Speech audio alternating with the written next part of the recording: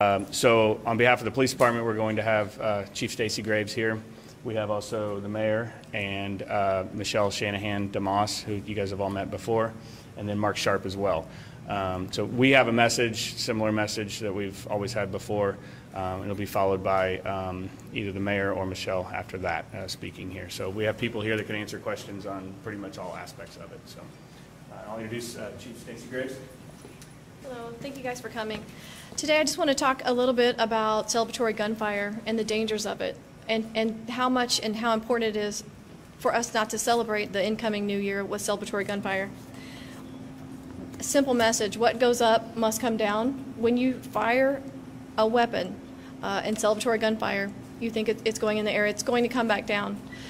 Those bullets come down, they can hurt people, property, and even pets. And we just urge everyone that that's not a safe way to celebrate. In addition, shooting guns off in the city limits is illegal. It's a misdemeanor with a fine of up to $1,000 plus up to a year in jail. It's not worth it. If you see someone shooting a gun off this week, or see someone bringing a gun out to ring in the new year, please ask them to put the gun away. It's just not safe. To whatever extent you have on your friends and family that do celebrate in this way, we ask that you just please consider reaching out to them, asking them not to participate in such a dangerous activity. I got to tell you, I got to give you some stats from last year to tell you how big of a problem this is in Kansas City. Now, last year was less than it was the year before, and we will continue this message every year until it doesn't exist. We had 174 shot spotter incidents, and that resulted in 1,162 rounds shot off in the areas that we have shot spotter. We had 259 calls for service on sounds of shots citywide. That's 259 people who actually did call police. If you hear shots in your neighborhood and you don't call police, we don't know to respond. We don't know that that's happening in the area. And while we have shot spotter, we can triangulate where those shots came from, but we don't know who's shooting, and we don't know what vehicle they're in. So we ask for your cooperation on that too. 207 of the calls for service involving shots fired were at Central Patrol, Metro Patrol, and East Patrol. So again, we just urge everyone in Kansas City to ring in the new year safe, and let's start off 2023 in a safe way, and start working together for the betterment, safety, and just success of Kansas City. Do you have any questions for me? Is Blair's law passed? I'm going to let Mr. Sharp talk about that. Okay.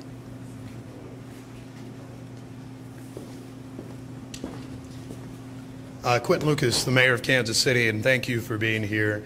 We will keep doing this press conference as long as we need to make sure our community stays safe. I first of all want to start by thanking Chief Graves, who in, I believe, 2 weeks on the job, has addressed a number of the important issues in our city, and as we all know, nothing is more important than keeping our communities safe. As somebody who grew up in Kansas City, who spent most New Year's Eve sleeping on the floor because there was gunfire in my neighborhood, and a whole bunch of people know that, we want to see people make a change in how they celebrate, and frankly calling out those who are being irresponsible. Step one, if you're somebody who thinks it's safe to shoot a gun off, it is not to just fire up in the air. All of those bullets fall somewhere. They've injured people, they've killed people in this city. Second, if you're somebody who, as the chief notes, is around folks who are engaged in that sort of behavior, please tell them to stop. In the same way that you tell other folks to put on a seatbelt or not smoke in a space, this is just as important. And we're putting pressure on lots of folks in our city to take that extra step to make sure that we don't just keep hearing the same types of allegedly celebratory gunfire. And then the other thing that the chief noted, and I want to reaffirm, please do call 911. Do make sure that we're able to track what's going on in communities. Every part of Kansas City should be safe. And so don't think that because you live in an area or anything like that, or you always hear gunshots at New Year's Eve, that it's the sort of thing that has to happen again and again. We can make sure that it stops.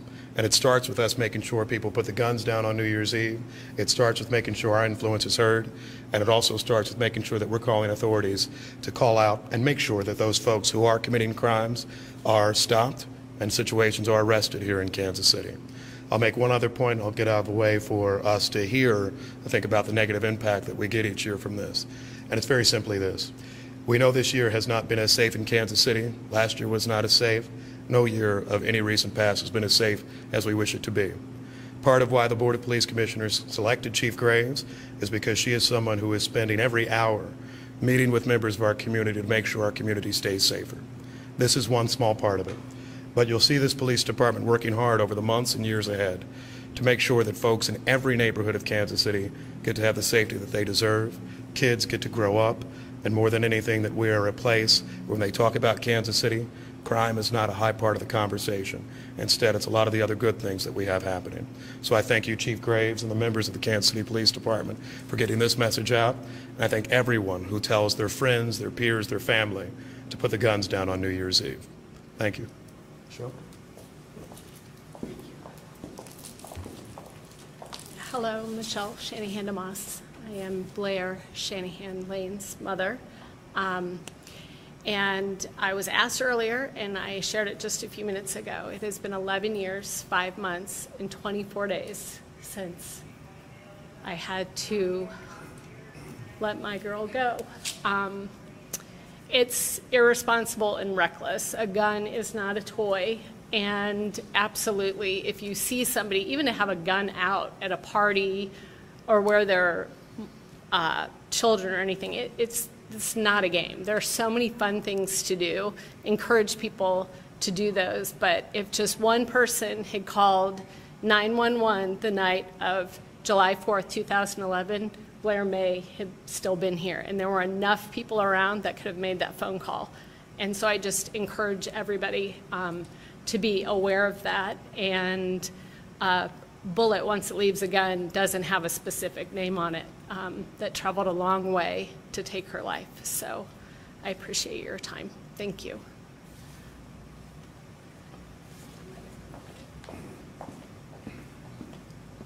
State Representative Mark Sharp.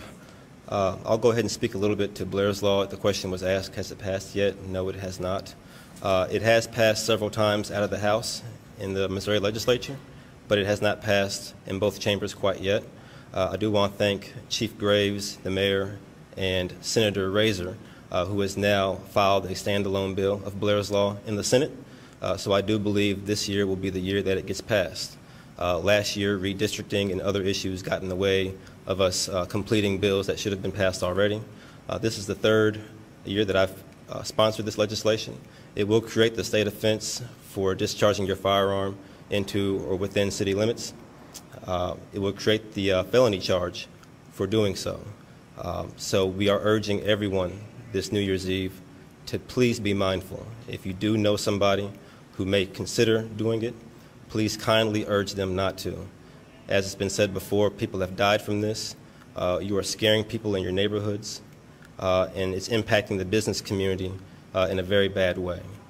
We have a lot of great things coming to the city in the very near future, and we have to do everything that we can to make sure that we are protecting our neighborhoods and to make sure that we are putting Kansas City in the spotlight for good reasons and not for the bad ones.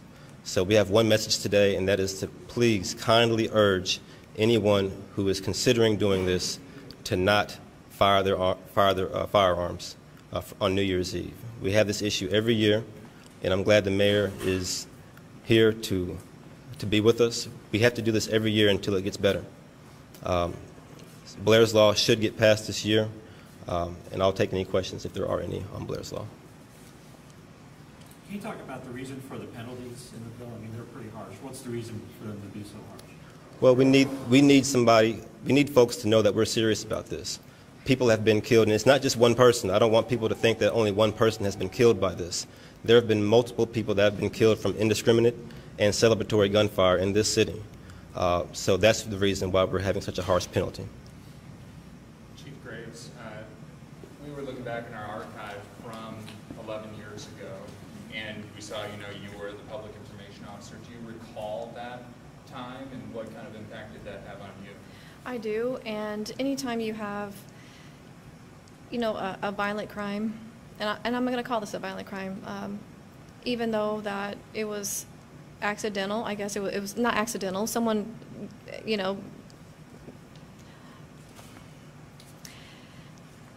as a mother, I can't imagine the pain that has caused.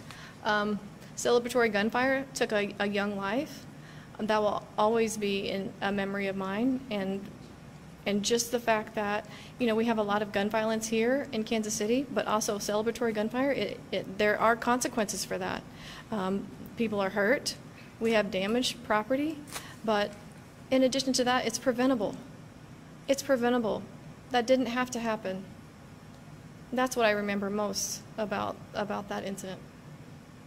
And whether it's New Year's Eve or after a Chiefs game or something, you know, I'll hear gunfire and I'll think like, okay, if I call 911 and tell the police, you know, what questions are they going to ask me? How could I possibly help, apart from just given the proximity of where it's happening? And that's enough. It is. That's enough, yes. Just call 911. If you have shots fired in your neighborhood and you're not calling police, are you accepting that that's happening in your neighborhood? You know, if someone is firing a weapon in your neighborhood, you should be calling 911. At least get us in the area. We might be able to if you can't see who's doing that, we might be able to get into that area and see exactly who's firing a gun and make that area safe. Even sometimes our presence might deter someone from doing that or continuing to do that. Yes. You, the mayor, gave the example of firing guns up in the air, and she knows better than anyone else of firing like into the woods where you can't see what's on the other side. Can you talk about that specific thing? Yes, when you're firing a gun, whether you're firing it straight or up ahead, that can go up to 1,000 feet or yards. I'm not sure exactly what the measurement was, but it's a long way, and farther than you can see. Sometimes you can't see past where that gun is, that bullet is going, and just firing it up in the air indiscriminately, you don't know how far that's going to go, but you know where it's going to go. It's going to go down, and it's going to hit something, and there's a possibility that it could hurt someone innocent that is this outside, whether it be a person, a pet, someone's property. It's going to come down. There's going to be a consequence for that. I kind of have a question for Michelle. I'm wondering, you know, you brought it up, you've done this multiple times in the past. You know, here we are more than a decade later, you had the exact figure. Are you frustrated that progress hasn't been made on this law? It looks like it's right around the corner, or, I mean, is it disheartening to know that people are still firing guns? I mean, just because you've done this repeatedly, I'm wondering your personal feelings on that. I really say that the worst thing has happened to me that can happen to anybody. And I pledged or vowed to see it through. And regardless if the crime is passed or not, I will still tell people that this is reckless and, you know, absolutely the most insane thing you could do. A gun is not a toy. And when I was just mentioning statistics, I'm just going to let you know that Blair was the 50th homicide of 2011. Like, she would be 23 in January. She didn't get a chance to do so many things. And that's what her death certificate says. You know, you bring a beautiful human being into the world to have stupidity take her life. I will keep talking and telling, and I'm sure that I've hit a line of frustration, but I also know that there's something bigger than me pushing me to keep going and to share the message, and beyond thankful for the people that keep showing up. And Officer Jake Bikina, I mean, there are names of people that year after year, and not just on the specific days. I mean, there are so many other times we're still talking or answering questions for people. So.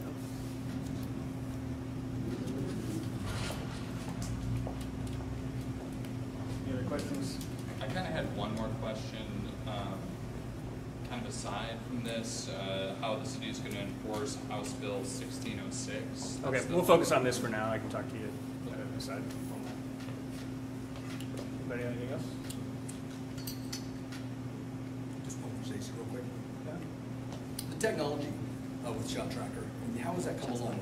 Yeah, how is that now? How is the technology? How specific is that? This shot spotter technology will tell you pretty much really close, almost triangulate exactly where that shot's going off. That will alert us, that will get us to send officers in the area. But what it doesn't have what car this person is in, who this person is. So that's where we rely on people who call police, call 911. in addition to ShotSpotter that's already getting us into the area. And, you know, we've had conversations about expanding our ShotSpotter program. And of course, we'd be in favor for that, just to make sure that we keep Kansas City safer and get police officers in the area where shots are being fired that much faster. Mm-hmm.